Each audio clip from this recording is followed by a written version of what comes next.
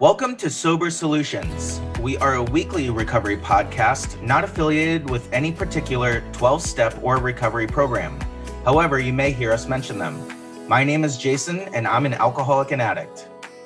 My name is Chris, and I'm an alcoholic and addict. My name is Ben. I'm an alcoholic and addict. And welcome back to Sober Solutions. Tonight is episode 23, and we're speaking with our guest, Matt T. from Philadelphia tonight.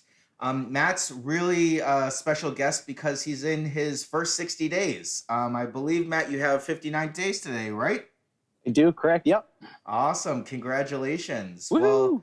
Well, Matt is a super fan, and we're very excited to have him on the show tonight. And Matt, why don't you tell us a little bit about your story? Gladly. First of all, thank you very much for letting me be a part of this.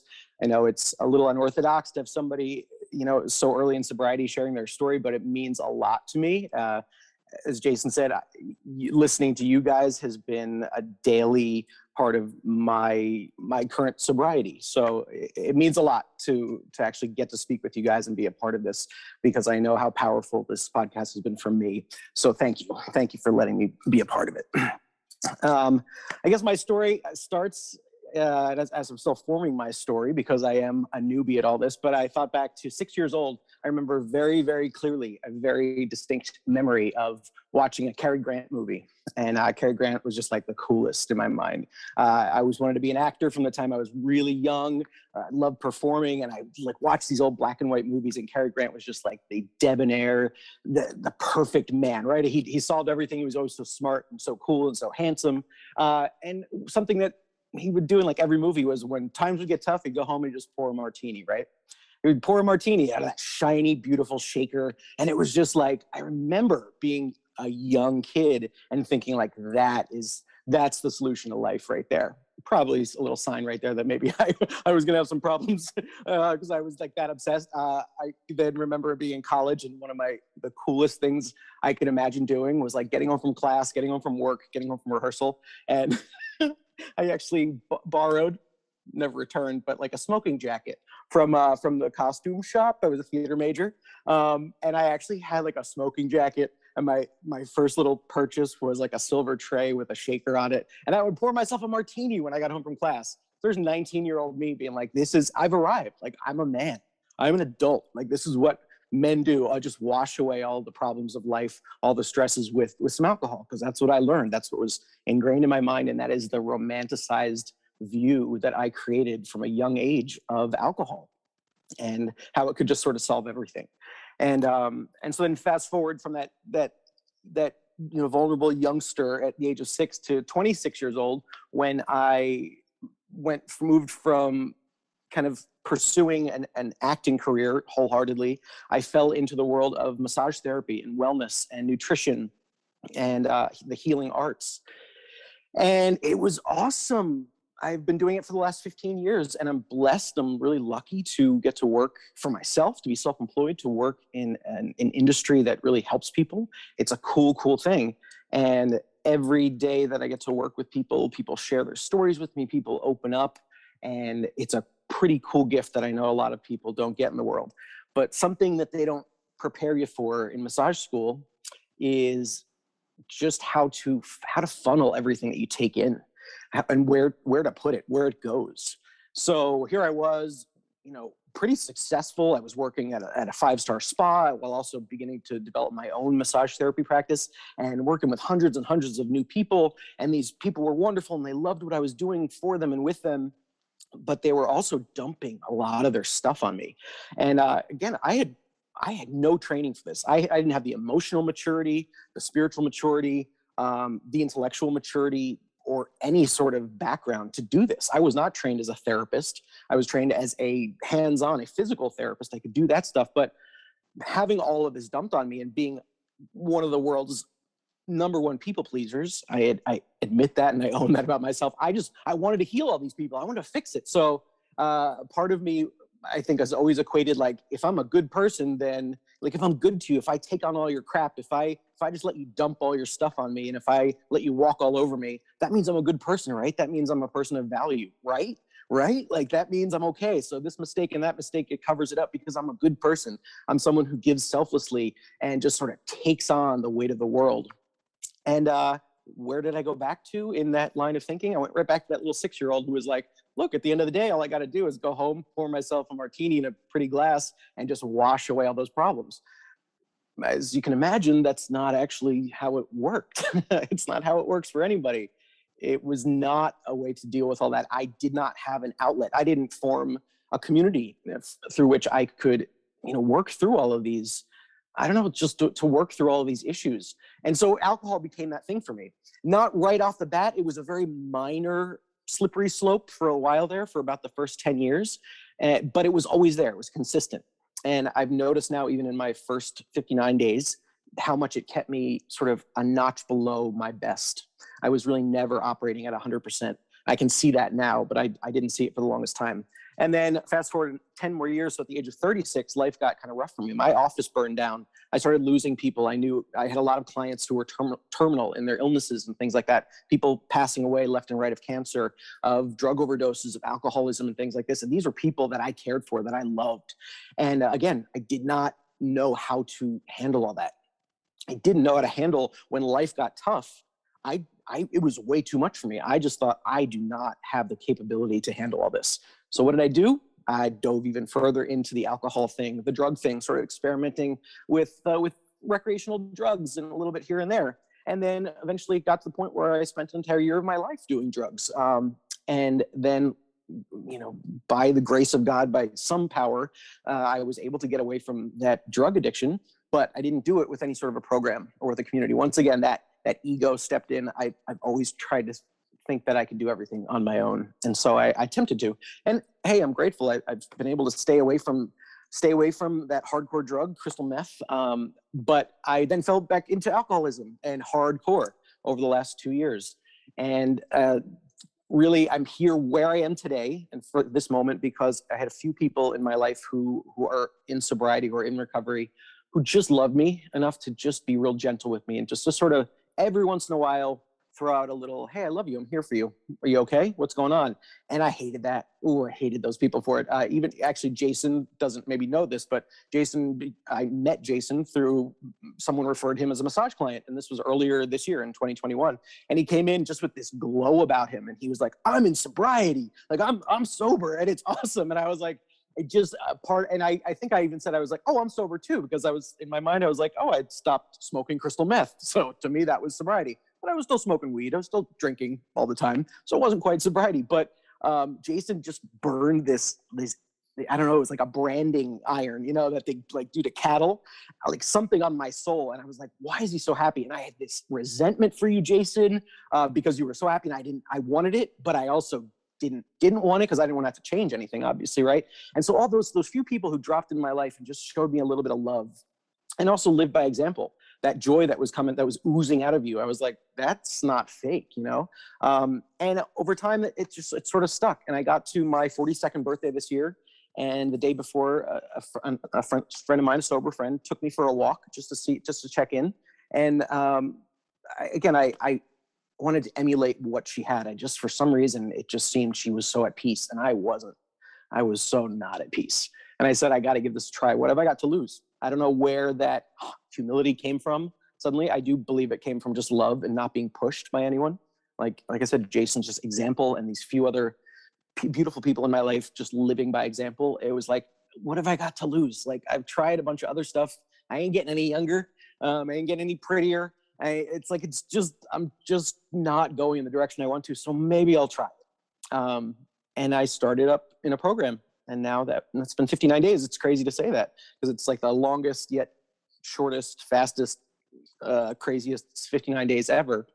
But it feels good. And my story is still being written very much. I listen to a lot of people with years and years of sobriety and I think, oh, I'm not them. And I also love the gift of sobriety because I realize I don't have to be them. I just have to be me right here, right now. It's a pretty cool feeling. So yeah. Awesome, Matt. Awesome. Well, first of all, congratulations on your time. Second of all, I didn't know that when I met you. So I'm really glad that you saw me as an example that you could go after. And, I really see that in you now. Like, for you to tell that story and to see you now while we're recording, I mean, it seems like it's two different sides of a coin. Like, I just don't see that at all, because I see you happy and I hear you happy and I hear you living this program that you've chosen to follow. And so, just a clarifying question: you're doing Alcoholics Anonymous I AA? am. Yep. Okay, Yep. great. And so, through your story, there are some things that I really identified with. Um, the dumping all of your stuff on me and letting you walk all over me equals me being that selfless kind of person. And you should love me because I'm your punching bag and I'm your doormat. And, I've said this before on the program, and I actually said this today at work to drive a point home around self-care, where I used to be that guy that would give you my last dollar in my pocket and I would give you the shirt off my back, but all that did was leave me broke and cold. And until I started working this program and building the community around me, like you were just talking about, of these sober people, like the guys on this podcast, like the home groups that I have, like the people that I have in my life, I didn't really understand that, I was worthy of not being that doormat. So what does your program look like today? Are you going to meetings? Do you have a sponsor? Are you, what does that look like for you today? Yeah, I do all of the above. And me as a person, I jump in, I don't dip my toe in the water. Also, I had known of Alcoholics Anonymous for a while. It was in the back of my head. So when I say, I don't want it to sound like I just one day was like, okay, maybe I'll give this a try, and here I go. I'm gonna, go balls to the wall with it. It was in the back of my mind for a while, and so I was thinking about it. So when I committed to it, it was like, I'm not gonna mess around with this. I'm gonna commit to it. And of course, I waver in and out every single day. So back and forth. And I'm glad to say it's a little bit less at 59 days than it was maybe 15 days ago or 30 days ago or 45 days ago, but it's still there. I still have lots of doubts. I go back and forth, but I go to as many meetings as I can. I'm grateful I live with family now, so I have the option of doing this. I look at COVID as a gift. It was a gift that I ignored at the beginning, and I just took my drinking to a whole other level, because all right, that's what the world told us, right? Everyone's drinking now, so we're all supposed to be drinking. Like, life's falling apart, let's just drink. And that's what I did for 2020 and the first half of 2021. And then I realized, no, it's a totally different kind of gift. It's not a gift to just slack off and destroy myself. This is a gift to become the person that I'm meant to be. Like, I know I'm supposed to do something pretty freaking awesome in this lifetime. I just have been limiting myself. I've been limiting myself. And so, this change, I've moved 5 times in the last 2 years. It's been kind of crazy. I've moved all over, and I could choose to look at that as like, oh, poor me, life has been so tough. And right now I'm living in a basement basically, and my stuff's all in boxes in storage. But actually it freed me from all that kind of stuff. I don't think I would have walked into a recovery program if I had everything still up in the air, if I still had my massage therapy practice booming in Philadelphia, and still had, rent and all these different things and all these sort of plates that I was spinning. So I have the time for it. So I can go to a meeting, I can go to 2 meetings, I can go to 3 meetings, I can have lunch with friends, I can go to spin class with other new AA friends, with other sober friends, I can go for a walk, I can go for bike rides and listen to your podcast for an hour at a time and other podcasts and books on sobriety. So I'm diving in, and I can journal every day and every night. And I can use that 10th step app, which I love, that you guys shared on one of your podcasts. And it gives me, a barometer at the end of my day for where I stand. So I can do all these things. And I also recognize that it's not quite reality, because I'm gonna have to get back into life, and a lot of other things are gonna get in the way of it. But while I've got the time and the opportunity, I am soaking it up. And yeah, I've just met incredible people. Like, I have these new friendships with people, and I'm always that emotional guy who cries in every meeting still.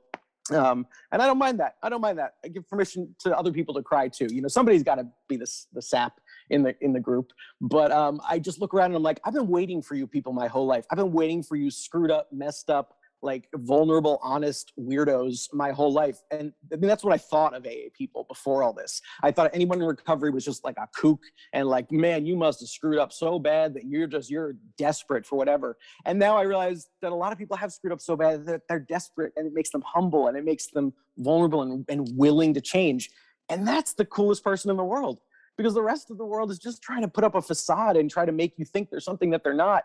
And that's what I've been doing. That's what I've been doing for 42 years. And I'm so tired of it. And then, so I feel this immense freedom to just be like whoever I am in this moment. And that is pretty freeing. So yeah, I'm doing it all. You also realize that everyone is that kook. Like whether you're in recovery or not, everyone's just messed up. Oh and yeah. That's okay. I mean, everyone's got their shit. My boss today, actually, you were talking about a gift and, the pandemic being a gift. And my boss actually said to me, it had to do with work, but he said, that's not the gift you wanted, but it's the gift that you needed. And that can, That's good. that definitely relates to what you were saying. And take a step back, by the way, North by Northwest, what a great movie. I mean, Cary Grant, yeah. Yep, So. one of the classics. One of the classics. Yeah, exactly. I had this direction. I mean, Jason gave a summary of who you were on a text, and I was like, which I do want to hit what you're still struggling with, and kind of on the opposite side, like what is the hardest thing. But what I really found impactful for your story was what you were talking about as far as why you got sober, and the fact that it was the people that just said, hey, I'm here for you. I love you, just so you know. And that is so important for people to hear, I think, just being with you, being there for you, and not giving a 2-hour lecture about how your drinking is messed up. And, because well, for me, when I hear that stuff, I just shut off. I don't listen. I say, you know what? You don't know what you're talking about. But I'll tell you what, if someone just comes to me and says, I'm here for you, I care about you, I almost don't know how to react. And that's like a train hitting me, and those little moments, honestly, was what woke me up. It's my cousin back in the day just saying, hey, I'm worried about you, or hey, I'm here for you if you want to talk, or my mom, or the times that my wife wasn't so upset and emotional, and she just was like, hey, I really want you to be healthy. Like those are the moments that really were impactful for me. Yeah. So I definitely thank you for shedding some more light on that, because I don't think we talk about that enough. But to go back to my original question, I guess within the 60 days, and you sound like you're doing amazing, and I'm definitely, obviously it's a one day at a program, but congrats again on 60 days. Thank you. What in the first 60 days would you say is the one or two things that you're struggling with the most?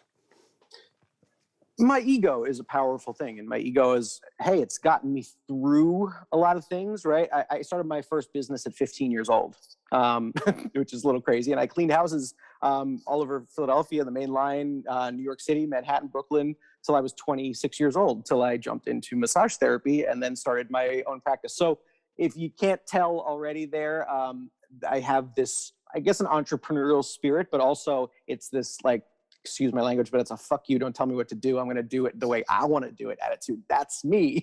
That's very much me. I've just, like, since I had a very independent spirit since I was a little kid, and I've always said that with such pride. Like I'm an independent mofo, like, and I'm going to get it done. And like, I don't really need anyone's help. But actually now I can recognize that was just a cry for help, really, that I don't want to have to do it all by myself. Nobody wants to do it all by themselves. But if life kind of teaches you that you have to, well, then some people sort of crumble under that. And some people say, I'm going to fight. Fine, I'm going to do it. And so, yeah, that ego is constantly jumping back in. It's like, good job, Matt. You got one more day, so go have a drink and celebrate. Like, life's meant to be celebrated, baby. Like, it's supposed to be a joyous celebration, and that equals alcohol, which it really doesn't. I've had a lot more fun in the last 60 days, probably 59 days, than I've had in the last decade of brunches and boozing and nights that ended up in an argument with someone, or nights where I stumbled home, or night where I just stood in a group of people and felt so completely alone, which I know you've all touched on a lot in your episodes. That resonates with me a lot. It's that feeling of like, we were told that alcohol makes you feel comfortable, right? It makes you just feel like one of the cool kids and whatever else. And I guess it does for a short time. And then all of a sudden it puts you on the tippy top of this mountain where you are all by yourself and there's no one around and you can't see another living soul, for miles around you.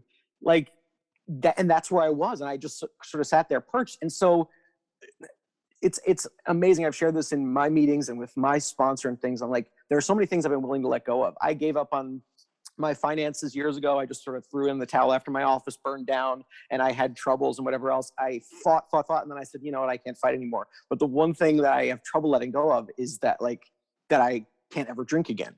Right? Like, but I've given up on so many other things. Why can't I, or won't I give up on this one thing?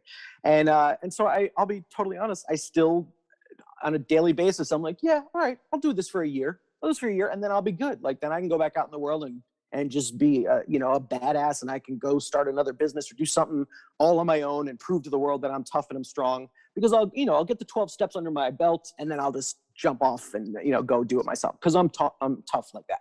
So it's that ego that keeps coming in, keeps sneaking in, saying, Matt, you can do this by yourself. You don't need all those people. They're more of a mess than you. You're not really one of them. Those words, just in those little voices, they creep in constantly.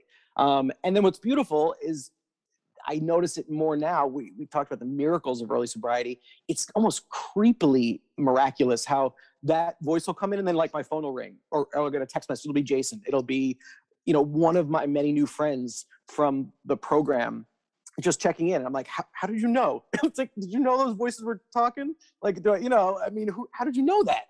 It's because we have those voices too, Matt. We really do. Yeah, and I love that. And I just remember that I'm not alone. And all of a sudden that voice it'll disappear. And it's so nice because that voice and I, or those many voices, I got a lot of personalities in this brain. They've been talking. We've just been in this like cyclical, boring, like awful, just conversation for years and years, never getting anywhere, never accomplishing anything, fixing anything, finding a solution to anything. We've just been going around in circles, and it's just been making me miserable. So it's really nice when that monotony is broken up by a new, fresh voice, someone else who's genuinely caring about me because they know what I'm going through and jumping in. So it's a pretty cool thing. One thing that I really like that Jason used to say a lot to me is, I used to say, oh, I can't drink. Well, we can drink, but we're just choosing not to.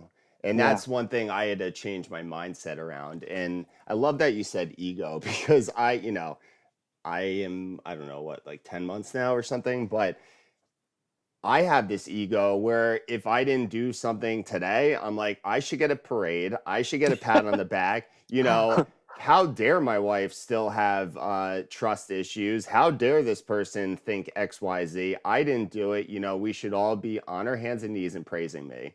And when in reality, that's just a normal thing for 99% of the world. And that's, once again, my ego. And then when it's the opposite, I get so frustrated, and I have to really internalize my feelings and be self-aware when I get to this point where I'm like, how dare they question me, or how dare they think I'm doing that? Meanwhile, I'm falling asleep or whatever. And if I was on the other end, I would think the exact same thing. For 6 years, me falling asleep did relate to drugs, And now if I'm tired, I'm like, how dare you? But yeah, ego's definitely, I would say, the top two on my list in early sobriety. So I love that you said that one. And I think that's a daily struggle too with us as alcoholics and addicts. We have to constantly check our motives and check our ego, because I think I shared on the podcast, and I definitely told you guys, when I hit my 1 year, I woke up that morning and I was like, I expected a parade. I expected that fanfare, and it didn't happen. And in that moment, I was aware enough to say, wow, your ego needs to get checked.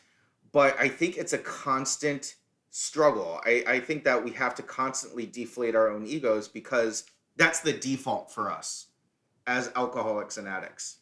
You know, Matt, listening to you, I hear so much of myself in early sobriety, and the enthusiasm, the gratefulness.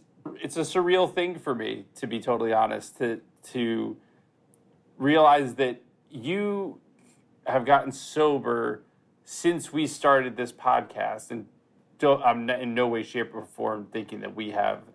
And just this is what it's all about: the experience, strength, and hope. That's all we were doing. That's it. So normally, my question, usually to the guests, is, especially in sobriety, you know, or sobriety during the pandemic, you know, how you utilize Zoom and whatnot, and you know, so I can only imagine you're using it quite a bit. But what has been your experience? Have you been in the rooms a lot? Have you been mostly Zoom? What's it been like for you?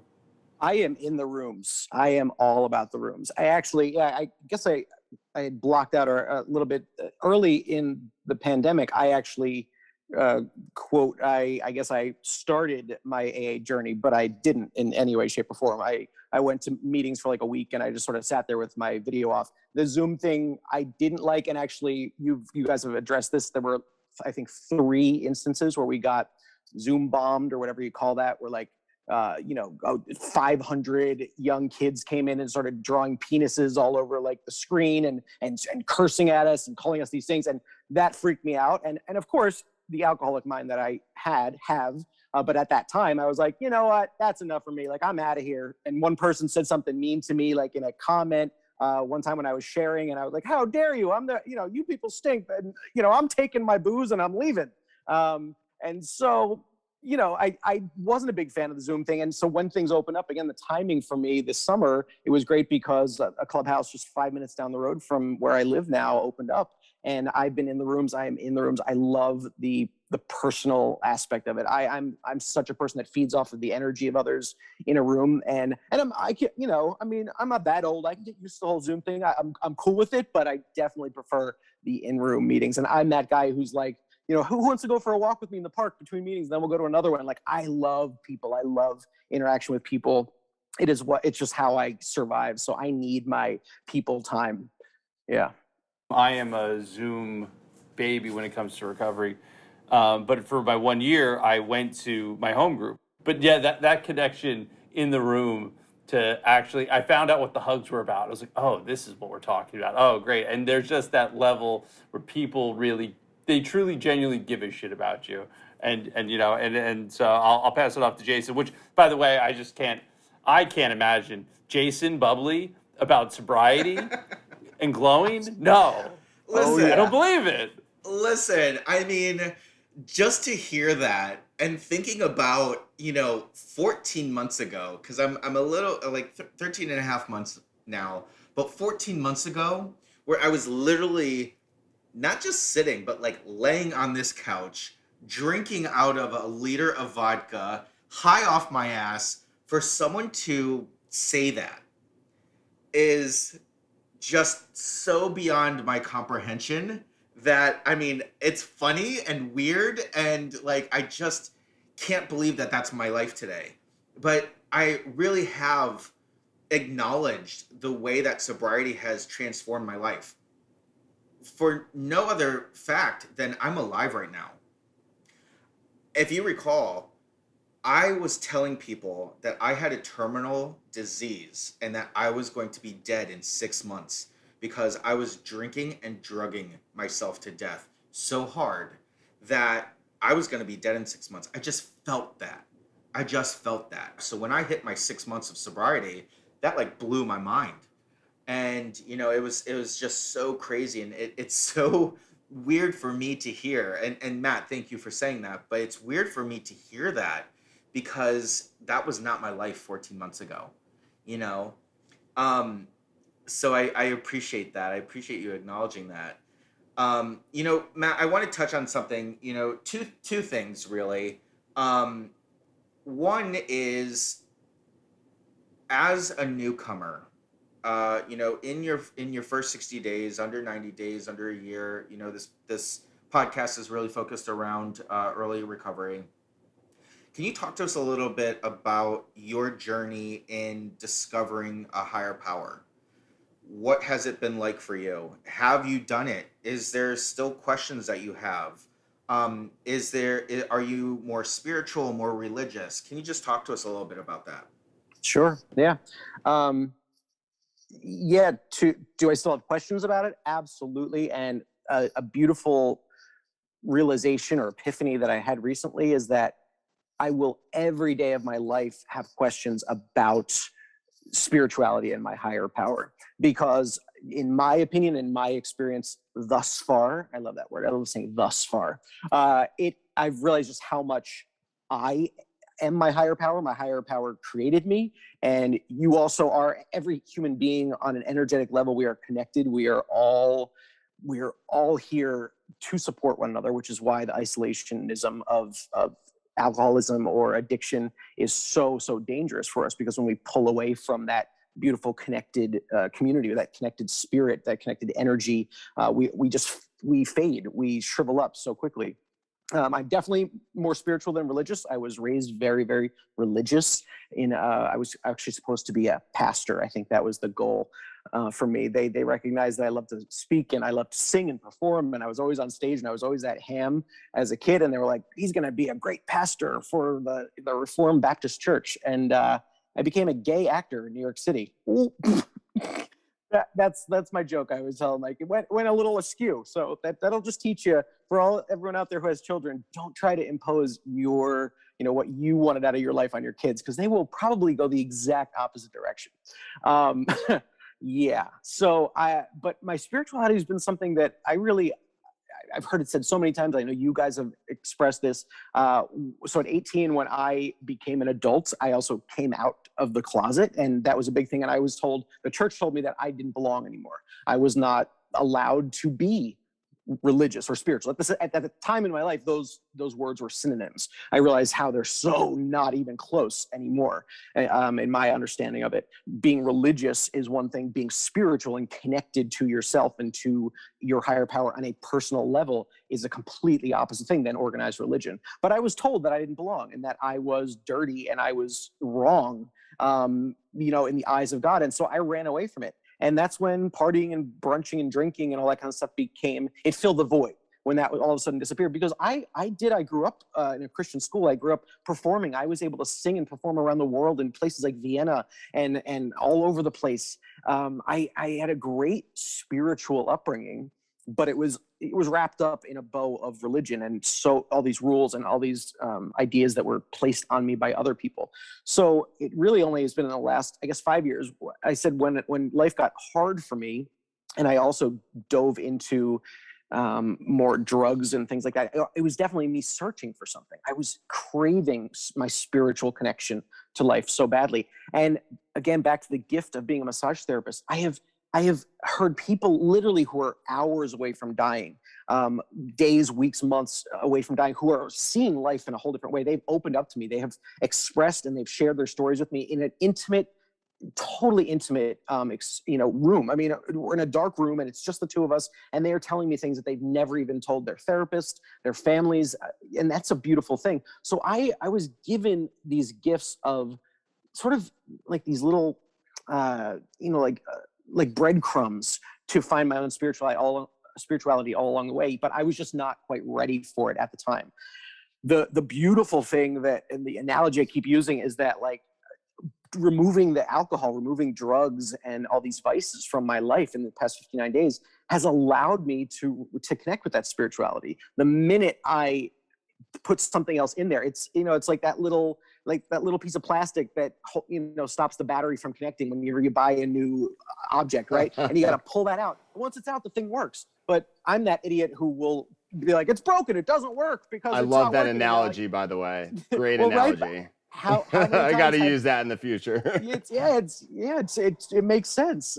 You just got to pull that little piece, and that's what alcohol was. It was just a stupid, thin little thing that really served no purpose. It's just a dumb little piece of plastic, but I gave it so much weight in my life. It was like, I can't exist without alcohol. I need it. But then when it's removed, it's like I light up. I become alive. I become a thing of power. I become pretty freaking awesome, like a pretty awesome person, like with gifts and with skills to help others and to shine light in the world. And it's just amazing that, you know, how many times and for how many years I've tried to disconnect from that.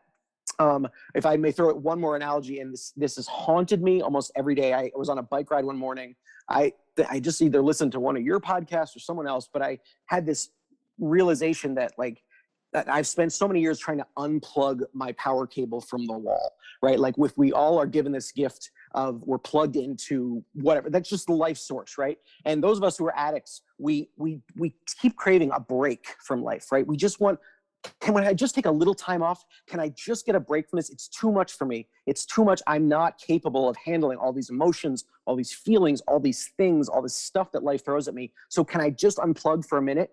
And those of us right now that are talking, we're lucky because the people who succeeded at unplugging that plug, thinking they just wanted to do it for a minute, just a little vacation, just a little escape, they're the ones who are no longer with us. They're the ones who have passed on, because once you unplug from the wall, there is no way to plug back in. That's when life ends. So I am so grateful that I haven't been able to unplug and get that so-called break I was looking for, because really what I was craving was death.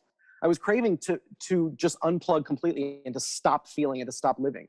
But when I say that to myself every day, when I'm like, Matt, is that what you want? Do you really want to die now? I mean, is that what we're talking about? Like, you really want to just check out and give up on life? I got to say, no, I don't. I really still want to keep living. And so when I look at it in that very harsh, very drastic way of looking at it, like every time you go to pick up a drink, you're not just having a little drink. You're trying to die. You're trying to check out of life. And when I'm that honest with myself about it, I don't know. I can't do it. Yeah, for an alcoholic, drinking is just slow suicide. Yes. You know, one thing you talked about in your story, which I think was, you know, you attributed it to one of the main reasons you actually got into alcoholism is absorbing other people's shit, essentially, right? And not having an outlet, and your outlet was drinking. So in this 60 days, what have you replaced that? What outlets do you exercise now as opposed to drinking? Spirituality is a huge part of it. Prayer every day. And while I'm still learning, and maybe I didn't even fully answer the question before about spirituality, I totally buy into the idea of, I don't really like this term, but a lot of people have thrown it around, like the fake it till you make it. I don't feel like I'm faking it, because if I'm doing something, I'm doing it. Maybe someone will look at me and be like, oh, he's phony, whatever, but I'm doing it. I wake up in the morning, I open my eyes, and I say a prayer. I say thank you that I'm alive, that I woke up another day. At least 25, 30 times a day, I just catch myself now saying thank you.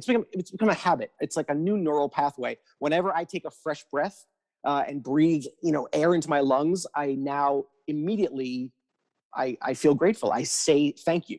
And I've decided I don't have to give my higher power a name right now, because that's semantic. That's the semantics just get in the way, and I don't need to understand it, and I may never understand it. I hate the idea of putting a physical person's image on God or on creation or whatever it is, because we're so limited. Our brains are so finite. We really can't understand much of anything. So what's this ego? Again, my ego jumping in, being like, oh, I have to somehow paint a picture of it and put him in a white robe with a beard. Like, right. Well, Webster's ridiculous. Dictionary. Yeah. Right. Yeah. And I mean, but that's a freeing, beautiful feeling that if I don't have to paint a visual picture of it or actually understand it, I just got to kind of feel it.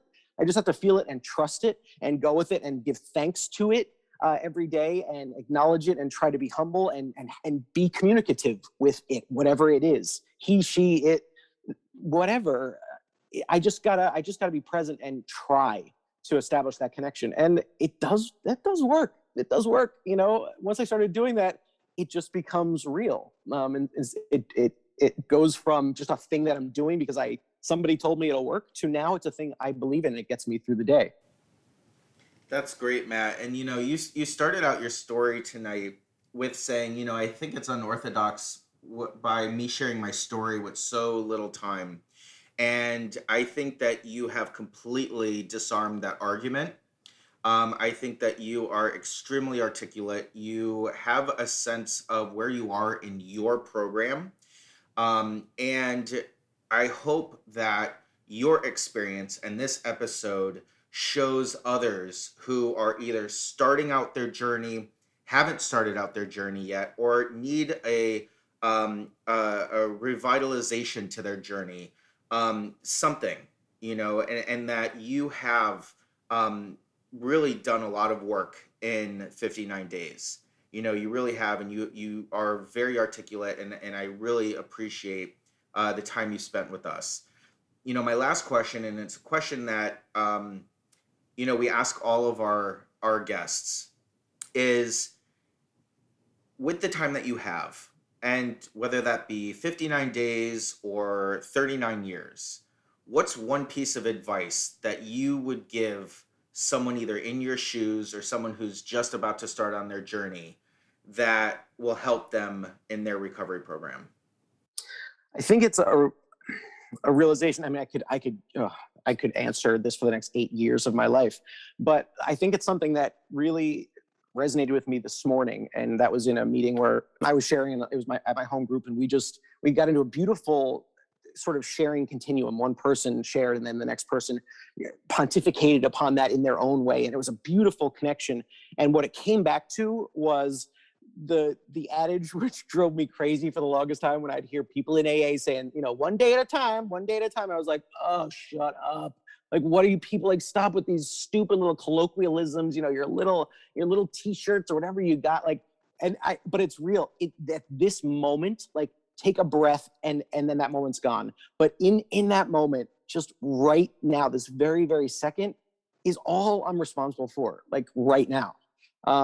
That I need to think that a trillion times a day, because it takes the pressure off me. I love to, for whatever reason, just put the weight of the world on my own shoulders and feel like I am responsible for carrying everyone else's pain, but also my own pain, and all these sort of things. But a deep, beautiful breath, it's gone for that second. And that's cool. Like, I have that power. It's like magic to me that in any moment I can just take a breath and it can all go away. That endorphin rush, the oxygenated blood that flows to my brain, and my body just sort of lets go of it all. There's power in that right then and there. And so whenever it feels insurmountable, the past or the future, the things I've done, the mistakes I've made, or what's in my future, how I'm going to clean up this mess of a life I've created, etc. If I just take a breath and literally am present, so that whole one day at a time, 1 minute at a time thing, if I can just get back to that moment, it's okay. The pressure goes away. And of course we got to keep going, but like, I find myself doing that so many times a day, just that little breath. And that's my interpretation of that whole one day at a time. Because even to me, sometimes the one day seems like too much. I'm like, crap, people, what are you talking about? A whole 24 hours? Like, I'm supposed to somehow figure this out? Like, what? 24 hours is too much for me to comprehend. But that 1 second, just a moment, I can handle that. So just look at it that way. I think that is excellent advice. And, to tie it back to my own experience, there were days where I had to take it an hour at a time, a minute at a time. So I think that's excellent advice. Well, Matt, thank you so much for your time tonight. Really, really great stuff. And congratulations again on your time. And we look forward to seeing more great things from you. You're welcome. And thank you, guys. This was awesome. I love being a part of this. Thank you. Yeah, thank you, Matt. You did great, and you were very insightful. I appreciate it. So, Jason, you knew him, or you just met him through our podcast? No, so I met him. A friend of mine who lives here in my town referred me to him as a massage therapist. And he was living in my town at the time, literally in the same development. And we were texting back and forth, and he was saying some things that made it sound like he was in a program or had a knowledge of a program.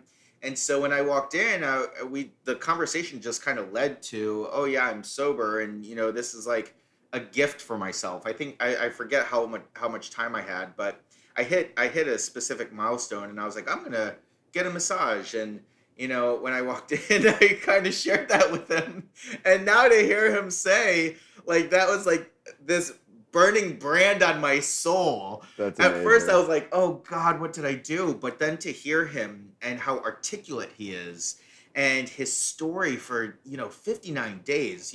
By the time this episode airs, he'll have over 60 days. And just I like we were saying, I don't know if I was that articulate at 60 days. I just think he's doing really well. Yeah, we know. No, but it's funny though. Like, all joking aside, recovery doesn't. It's not based on time always.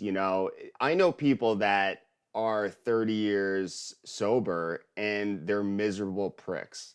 And to hear the joy and the fact that he brings this this hope to other people, like, he is more quote unquote recovered than a lot of people are at 4 years. And he was so insightful, well spoken, and, like you said, articulate. But it's really that hope and the happiness and the experience, strength, and hope that he's giving off that really makes his recovery strong. I totally agree with you. And I as well know people who have 10 years sober, quote unquote, because just to hear the difference, what I see is that he's taking action in his recovery instead of it being this, just something that I'm a part of, and I go to a meeting here and there, and they're miserable pricks, like you said, but he's actively working at his happiness. And I really hope that the people listening really get something out of what he was saying today. Yeah. It's funny because I didn't want to be a Debbie Downer, because he does remind me so much of myself. Like, I mean, just the enthusiasm, and just like, you can tell he loves it. And it's, these are the great times, the pink cloud, all that, whatever phrase you want to use. But when life gets lifey, what do? And that's the thing. You just keep coming back. That's it. Just keep coming back, because, it's gonna suck at some point, and he's gonna listen to this and be like, oh, geez, thanks a lot, Ben. But life is gonna happen, and you just keep coming back. And that's why I totally agree with what you guys are saying, that time doesn't mean crap. It means anything that you want it to mean. It could be good time, it could be bad time. Just keep coming back. That's the only damn thing that matters. How many people, no matter, and we've been doing this for what, 23, 24 episodes now. And Jason, when you ask, what's one piece of advice? Nobody says, oh, you need to get to this amount of time. You need to get to 5 years. You need to get to... Well, I think that goes back to what I was saying earlier. And it's a great point, Ben. The more that you work your recovery program, no matter what program you're in, if you're in a program, if you're working for your recovery on a daily basis, this is a daily reprieve from the hell that we were putting ourselves in from drinking and doing drugs. If we are constantly doing this on a daily basis, and that could look different. Some days I'll go to meetings. Some days I'll do meditation. Some days I'll go to lunch or dinner with sober fellows. Some days I'll just be by myself. I was at the beach for 4 months. Some days I would just go down to the water and sit on the sand and just be. That sounds amazing. Right. Yeah. It was. Rub it in. It really was. Yeah. Yeah. I mean, and just to hit on that, it's just, even some days doing nothing is doing something. It just keep doing something. And again, that could be nothing. And that nothing could be not picking up that day, and like, 1 hour at a time, sometimes 5 minutes at a time. You just keep coming back and don't pick up, and shit's gonna get better. It's not hard.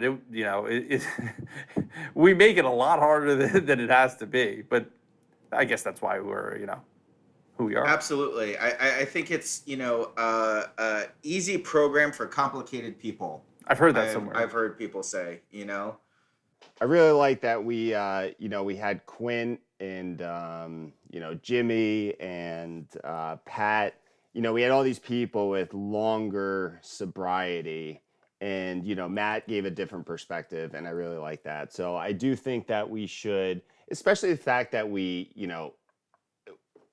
focus on early recovery. I really like that we had our first guest with under 60 days, and I think we should keep doing that. So we should make that a conscious effort to keep getting people in early recovery, because it gives a really good perspective. Well, it's funny because I feel like all the guests that we've had, we've looked up to them and been like, we want what you have. And for me, this is the first time that we had somebody where they came on and said, I want what you guys have. You know what's funny about that statement? I still want what he has. Yes. And it doesn't matter that he has less time, because his attitude, not saying that I don't have that, but I look at him and I want what he has. And it once again proves that time really doesn't matter. Right. Well, I think it was a really great episode. I agree, Chris. I think that, it doesn't matter the time that you have. Everyone has a story. Everyone has the ability to share their experience in this. And I really think that that's important, not only for our viewership, but for us. We started this podcast to stay sober for ourselves. And if it helps one other person, which it sounded like it did tonight, that's a bonus. So I really agree with you. And I think excellent episode. And as always, tonight's episode is dedicated to the still sick and suffering alcoholic and addict, especially for the individual who's going to pick up for the first time tonight. Have a good night, guys. Have a good night. Have a good night. We appreciate your liking and subscribing to our podcast. If you liked what you heard today and would like to support our podcast, feel free to Venmo $1 to our virtual basket at Sober Solutions Podcast. We want to hear from you too. If you have a comment, question, topic, or would like to come on the show, find us on Instagram, Facebook, or YouTube at Sober Solutions Podcast. Or you can shoot us an email to sobersolutionspodcast@gmail.com. Find us on Apple Podcast and Spotify. And if you like what you've heard, make sure to subscribe, rate, and review the show.